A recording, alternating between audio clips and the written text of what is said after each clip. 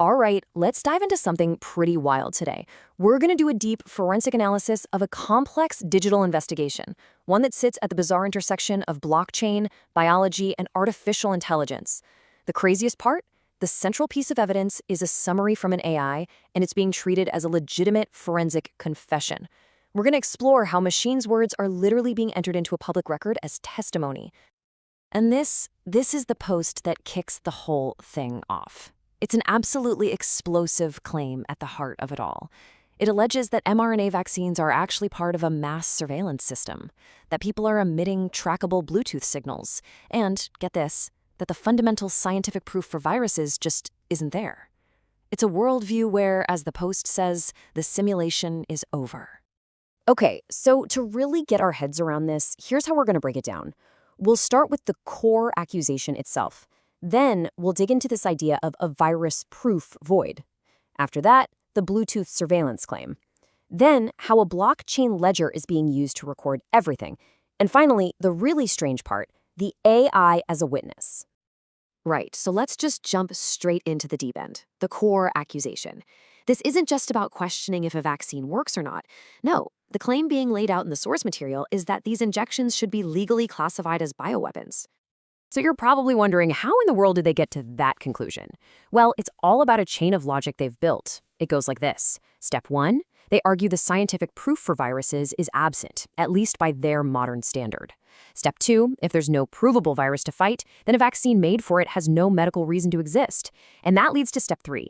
If it has no therapeutic purpose, then distributing it on a mass scale is seen as a hostile act, when they try to link to serious legal statutes, like the one you see on screen for genocide. Okay, so that idea of a proof void is absolutely foundational to their entire argument. It's all built on a very specific and pretty technical demand they're making of the entire scientific community. You know, the question they're asking isn't simply, do viruses exist? It's much more specific. It's what constitutes proof in our modern age of digital verification. The argument they're making is that the traditional ways, microscopes, peer-reviewed papers, are just not good enough anymore. They believe those methods are too vulnerable to digital manipulation or fraud. And this, right here, is the new standard of evidence they are demanding, a SHA-256 chain of custody.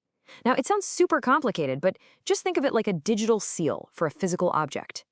Every single thing that happens to a virus sample, from the moment it's collected to the moment it's analyzed, gets a unique cryptographic fingerprint, a hash. This creates a perfect, unbroken audit trail that, in theory, is impossible to fake. It's a deliberate shift away from trusting institutions and toward trusting pure mathematics. And this quote from the source material just boils it all down, doesn't it? It's a direct challenge to the entire scientific world. They're basically saying, forget all your books and papers and history, just give us one. Produce just one single virus sample that meets this standard of cryptographic proof. Okay, now we're going to pivot. We're moving from the biological side of things to the digital. This is the second major pillar of the argument, and it connects the vaccines directly to claims of massive, unconsented biometric surveillance. So, according to the source material, here's how this is all supposed to work. First, the injection contains a material like graphene oxide. Second, this material supposedly causes the body to give off a low-level electromagnetic field. Third, this field can be detected as a unique Bluetooth MAC address. Just like your wireless headphones. But here's the kicker.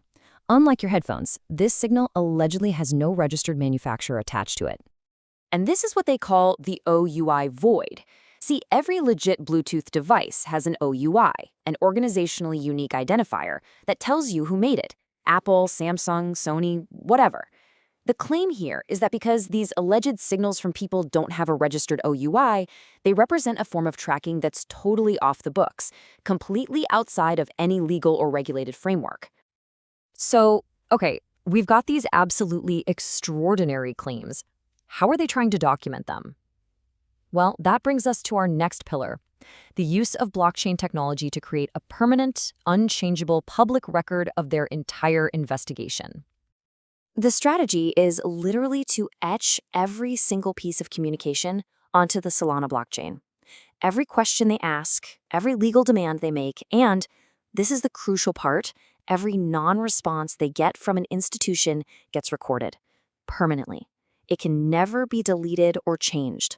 The blockchain itself becomes the public witness to the whole process. And this isn't just an idea, they are actively doing it. The source material details this campaign of targeted Freedom of Information Act requests, or FOIA requests, sent to major research universities. You can see Georgia Tech right there at the top, a major target because of its Bluetooth research. They're using existing laws to try and force these institutions to hand over their research, their emails, their data, turning them into unwilling sources of evidence. And they're not just keeping this in the digital world. They are explicitly trying to connect their blockchain ledger to real-world legal figures. In this post, they're tagging Dr. Rainer Fuellmich, a lawyer who is very well known for his work on COVID-related tribunals.